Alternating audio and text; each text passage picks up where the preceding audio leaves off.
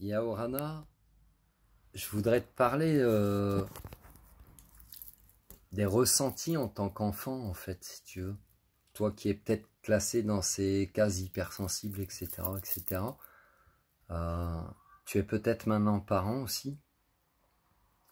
Donc peut-être des fois, tu dis à tes enfants que vous allez faire telle ou telle chose, telle ou telle activité. Et puis pour X facteurs, peut-être que l'activité ne sera pas réalisable. Parce que la météo s'y prêtera pas, parce que t'as peut-être pas les revenus au moment où tu voulais faire cette activité, peu importe les facteurs. Mais du coup, en fait, ton enfant, comme tu lui as dit, comme tu l'as prévenu, il le prend un petit peu comme une promesse, si tu veux. Et toi, en tant que hypersensible et tout, peut-être que dans ton enfance, tu vas prendre conscience que tes parents t'ont dit des choses que tu as pris comme des promesses et qui ont été non réalisées, donc des promesses non tenues quelque part. Et ça a pu te générer une souffrance, une blessure, une attente en plus en tant que hypersensible. Tu extrapoles tout de suite très vite les scénarios, donc une de tes attentes, bon, qui a peut-être été suggérée, mais qui n'a pas été assouvie. Donc du coup, tu le prends comme une blessure, comme une trahison. Peut-être ça te ramène à une blessure trahison, tu vois. Ouais, ouais, ça te ramène à une blessure trahison. Il y a peut-être des gens qui ont perdu leur papa. Là, je viens de réagir, c'est un homme. Il y a peut-être des gens qui ont perdu leur papa, qui n'étaient pas assez présents pour ta vie d'enfant, en fait. Et qu'il a peut-être pu te dire des choses, ben on fera ci, on fera ça, et puis malheureusement la vie terrestre vous a séparés. Ça ne veut pas dire qu'il n'est pas là présent, il est là dans ton cœur, dans ta tête quand tu penses à lui. Mais peut-être que du coup tu le vis comme une énorme trahison, parce que ben, ce qu'il a pu te dire n'a pas pu être réalisé. Et même si tu as perdu personne, que tes parents sont encore vivants, c'est à toi en tant qu'adulte de prendre conscience que bah, j'étais enfant, j'ai peut-être idéalisé ce moment, visualisé, etc.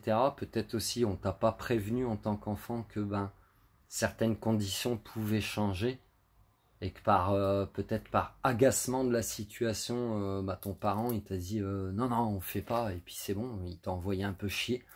Donc blessure de rejet aussi. Mais du coup, ça peut te montrer un peu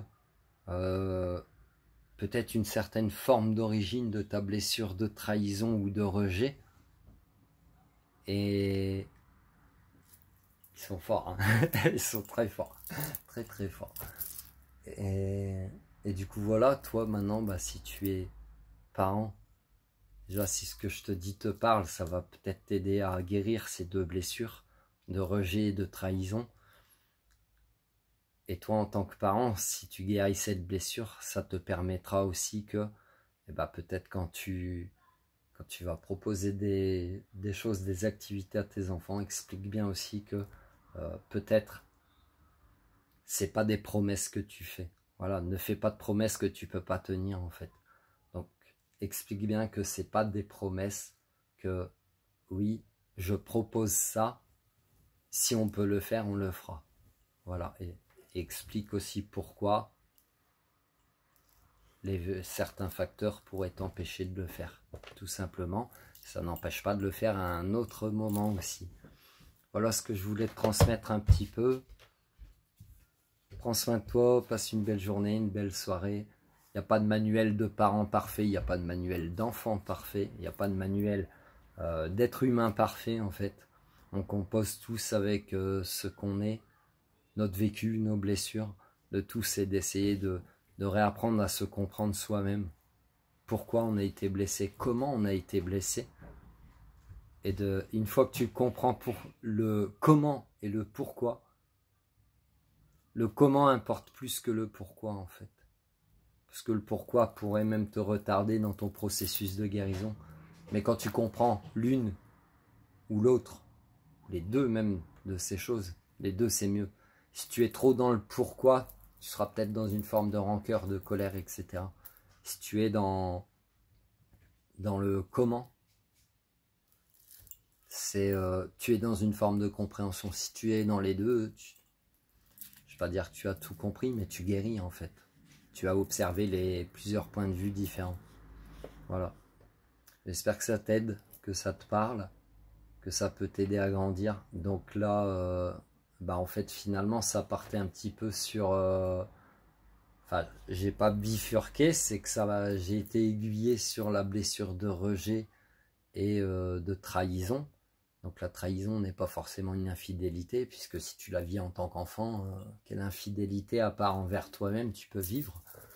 Tu la vis d'une autre personne, mais peut-être parce que toi en tant qu'enfant, tu n'avais pas le même ressenti, le même perçu, et que du coup ce qu'on t'a dit, les paroles, tu les as pris peut-être pour argent comptant, au premier degré, et forcément tu as ton innocence d'enfance, donc pardonne-toi à toi-même aussi, beaucoup, pardonne aux autres.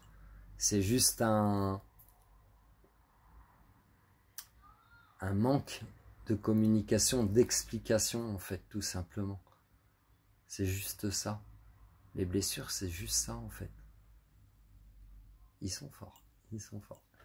Donc tu peux l'extrapoler, ce que je viens de te dire, si tu as, comme on l'a tous, d'autres blessures à travailler. Extrapole ce que je viens de te dire aux autres blessures. Tu comprendras les scénarios, tu comprendras pourquoi les gens ils ont réagi comme ça, tu comprendras ta propre compréhension des choses ou ta propre part de responsabilité des fois des choses. Si tu as pu revivre des blessures à l'âge adulte, c'est fait pour que tu les guérisses, c'est pas fait pour que tu tournes en rond. Si tu tournes en rond, c'est que tu comprends pas les choses en fait, c'est que tu guéris pas. Voilà. Quand tu guéris, tu tournes plus en rond. Donc je te laisse là-dessus. Prends soin de toi, passe une belle journée, une belle soirée.